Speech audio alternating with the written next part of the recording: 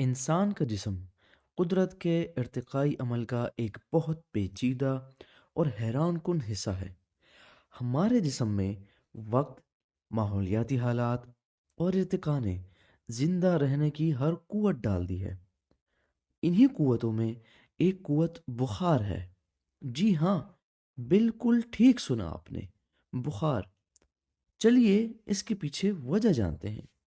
1917 کی دہائی میں جب ملیریا پوری دنیا میں تباہی پھیلا رہا تھا اور اس کے علاج کے لیے تجربات کیے جا رہے تھے، تو تب ہی سکونہ نامی دوائی مفید ثابت ہوئی، اور اسی طرح 1940 کی دہائی میں پینسلن۔ لیکن ان سب کے پیچھے مرکزی محرک بخار تھا۔ بخار کے ارد گرد بہت سی قیاس آرائیاں کی جاتی ہیں، لیکن اب تک بنی نوع انسان اتنا جان گیا ہے کہ یہ انسان، تمام ستنداریوں یعنی میملز، کسی حد تک پرندوں اور یہاں تک کہ پودوں میں بھی پایا جاتا ہے۔ بخار ارتقاء کے 600 کروڑ سالوں سے چلا آ رہا ہے، لیکن اہم سوال اب یہ ہے کہ ہمیں بخار کیوں ہوتا ہے؟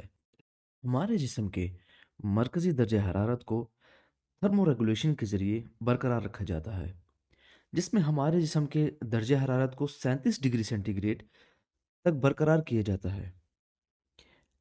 اس عمل کو ہمارے دماغ کا ایک حصہ، جسے ہائپوتھیلیمس کہا جاتا ہے، کنٹرول کرتا ہے، جو کہ جسم میں ہونے والی معمولی تبدیلی کو بھی ڈیٹیکٹ کرتا ہے اور آپ کے جسم میں سگنلز بھیجتا ہے۔ اگر آپ کا جسم بہت زیادہ گرم ہے تو آپ کے پسینے کے گلینڈز کو چالو کرتا ہے اور خون کی رگوں کو کھول دیتا ہے، جس کے نتیجے میں خون آپ کی جلد کے قریب سے گزرنا شروع ہو جاتا ہے اور ساری گرمی پسینے کی صورت میں نکل جاتی ہے اور بدن ٹھنڈا ہو جاتا ہے۔ لیکن اگر آپ کا بدن ٹھنڈا ہے تو خون کی رگیں تنگ ہو جاتی ہیں، یعنی سکڑ جاتی ہیں، اور آپ کانپنا شروع کر دیتے ہیں، جس سے حرارت پیدا ہوتی ہے۔ اب تک بخار کے بارے میں جتنی معلومات ہیں، اس سے یہ معلوم ہوتا ہے کہ یہ قوت مدافعت پیدا کرنے میں مفید ثابت ہوتا ہے۔ کچھ طبی تجربات سے ثابت ہوا ہے کہ بخار کم کرنے والی ادویات سے علامات خراب یا ٹھیک ہونے پہ اثر انداز نہیں ہوتے۔ یہی وجہ ہے کہ بخار کو کم کرنے کا کوئی یکساں قانون ہی نہیں۔ بخار ہونے دے، ڈاکٹرز مریض کو دیکھ کے فیصلہ کرتے ہیں، جن میں بخار کا دورانیہ، شدت، مریض کی قوت مدافعت، مریض کی حالت اور عمر ہی علاج میں مرکزی کردار ادا کرتے ہیں۔